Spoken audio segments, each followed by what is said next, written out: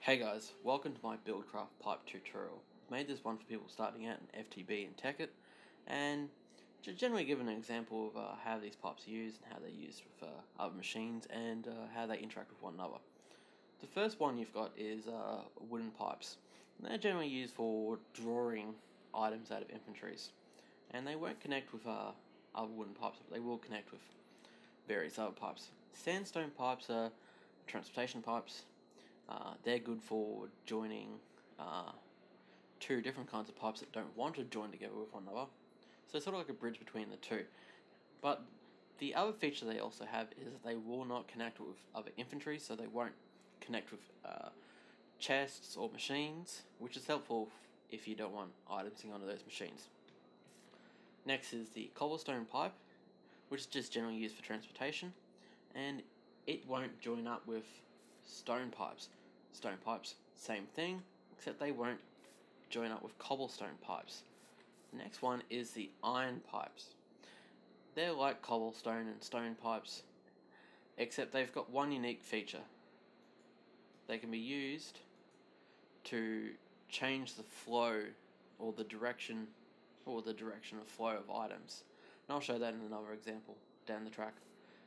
Then you've got gold pipes.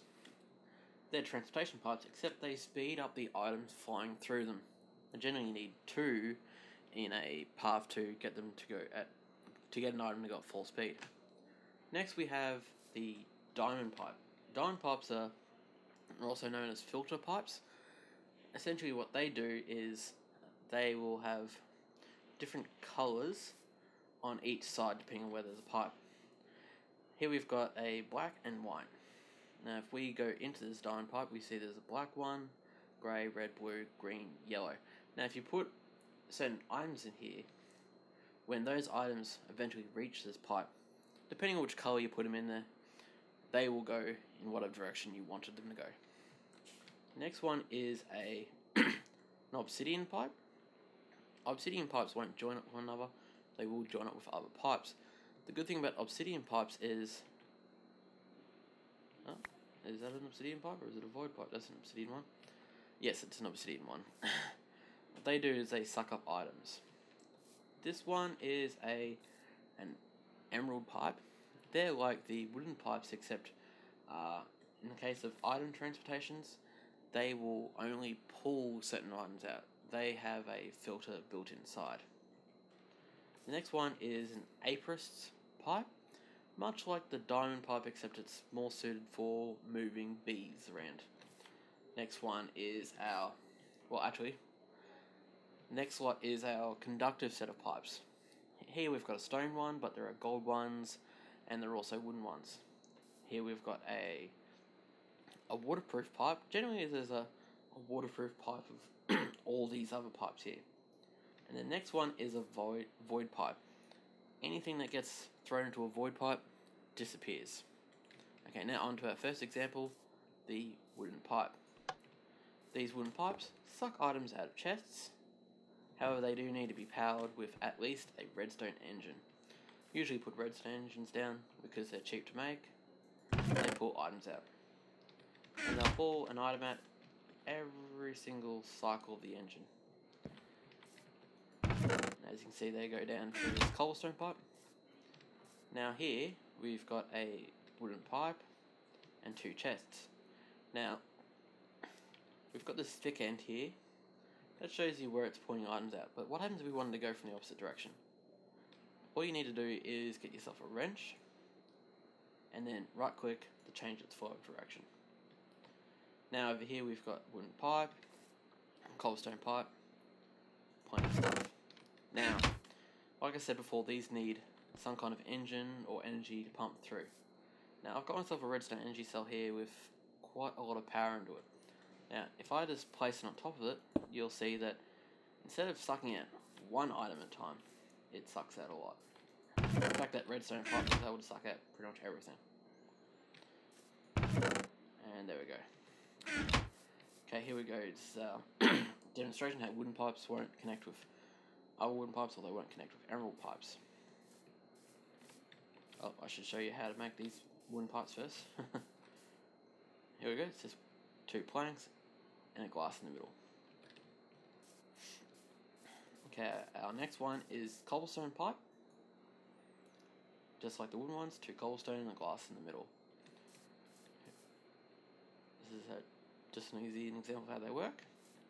Next is our stone and 1 piece of glass. And as you can see here, we've got stone and cobblestone right next now. Because they don't like joining, they won't join in this case. This is particularly good if, say, you want your cobblestone to go to a chest, instead of joining it with this pipe and it accidentally going into a furnace. And here we've got our gold pipes, gold ingots and glass, just like all the other ones. And when the items get to the gold one, gold pipes, they speed up. Here we've got our sandstone. So it's attached to a cobblestone pipe and on the side a sandstone pipe. So that's how you can join the pipes together. Notice here how they don't join to this chest here. Sometimes your pipes get awfully close to other machinery and you don't exactly want the machinery to be pulling items out of it. So this is where you use sandstone. And like the other ones, sandstone and glass. Pretty simple. Here we've got our iron pipes. Now in this case we're keeping a cobblestone and gold cycle separate. As you can see here, we've got 2 iron pipes. The thick sides block the cobblestone from going in that direction. The clear side sets the cobblestone going that direction. Now you just use a wrench to alter the direction by right clicking, and then they go in that direction. But we don't want that for the time being. Oh, I've got an example here. There's clear side, goes right. Clear side, goes left. Awesome. How to build them? Iron, 2 glass. Pretty easy. Here we got our diamond 1, 1 glass in the middle. And here's our filter. So here I've set the black line to take the diamond blocks, the green one for silver blocks, and the gold one for the gold blocks.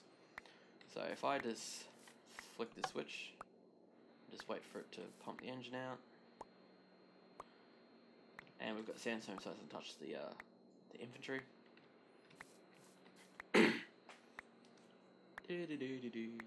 Should have put a gold pipe in there to make it a bit faster.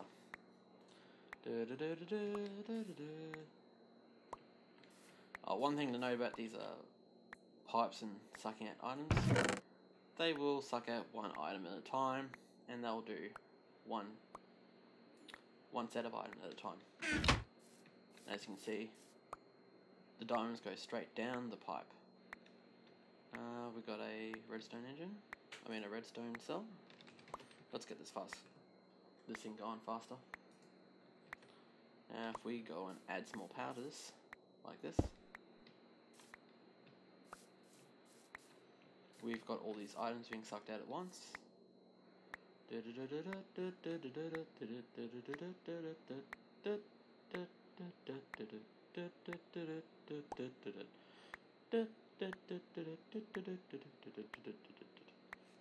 you're wondering, I'm not humming any kind of tune except random noises that popped in my head. And here we go into the filter, and this is where they all split. And this is how you keep items separate. Leave that there. And here we go, this is what the obsidian pipe does. Any kind of item that goes near it gets sucked into it. So we can even chuck a stone in there if we want to. So basically all it does is it sucks items. Good thing about this is if you've got a machine that overflows items, you can use these pipes to suck up any items that get accidentally thrown out of the machine. And how to build these? Obsidian glass, just like the other ones. And here's an example of a void pipe. We've got an obsidian one here, just so it'll suck the items that we chuck into it. The void pipe, any items or liquids that go into it essentially go into nothingness. It's a good way of destroying items. So if you've got a lot of cobblestone that you want to get rid of, just chuck it all in there, and then they're gone. This is a slightly different recipe. Redstone, glass, and ink sac, but it's still pretty easy to make. This one here is a emerald one with a filter. Right click on here. It's saying a redstone engines. I've got plenty of other items in here, but it's not pulling them out because they're not inside the filter. Okay, this one's a little bit more expensive because you actually need emeralds. You have to trade them with villagers, get them some other way. And here we've got our waterproof ones. We've got a gold one, cobblestone one, sandstone one, stone waterproof pipes, iron waterproof pipes, and we've got a void waterproof pipe as well. And if we flick the switch, start sucking water out of our Zycraft tank, you can see that it goes all the way down liquids, and down sandstone. Here we go, these pipes aren't touching because one's cobblestone, one's sandstone, one's cobblestone, one's stone, sorry. Now you can see we've got all these water pipes. They're also directing all the water traffic to the right because of the clear there. So if you've got multiple sources of items of water going into one pipe, right, having an iron pipe stops items from going in the wrong direction and potentially damaging the flow or your machinery. Here we've got our next set of pipes, which are our conductive pipes. Once again, you've got wooden conductive, which is used for sucking stuff out. In this case, it's used for pulling energy out of items, such as, most cases, engines. We've got our stone ones, we've got our gold ones. The difference between the gold and the stone is gold's more efficient, you get less loss. The further this goes, the more energy gets sucked out and it gets wasted. Energy gets sucked out and wasted with the gold one, but not as much. I should mention that to make these, you really make the transport pipe version of it, and then put one of the pipes with a piece of redstone, and it turns into the conductive version. And here we go, here's an example of it. Let's flick the switch to turn the engines on. And as you can see, the blue that runs through it is energy. Now, you should be careful here is that, one, if these pipes haven't got anywhere to send the energy, such as this redstone energy cell, they will build up energy and they will explode. So if we just smash this one, you'll notice that the blue energy gets bigger and bigger, to the point where it will explode. It will most likely only blow up the pipe itself, but won't damage things around it. So we'll just let that explode. I might speed this up.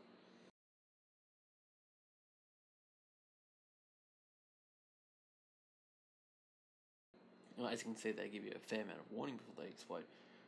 Right at this moment, they're not exploding at all, as they should. Jerks. I'll just flick the switch off anyway. And then eventually they'll diminish. Now I think that's the end of the tutorial. I'll put more up in the future, but if you've got any suggestions, any requests, comments, put them down at the bottom in the comment section, or inbox me. I will respond to the inboxes, I will respond to the comments as well. Please like, subscribe or something like that, would really help me, help my channel.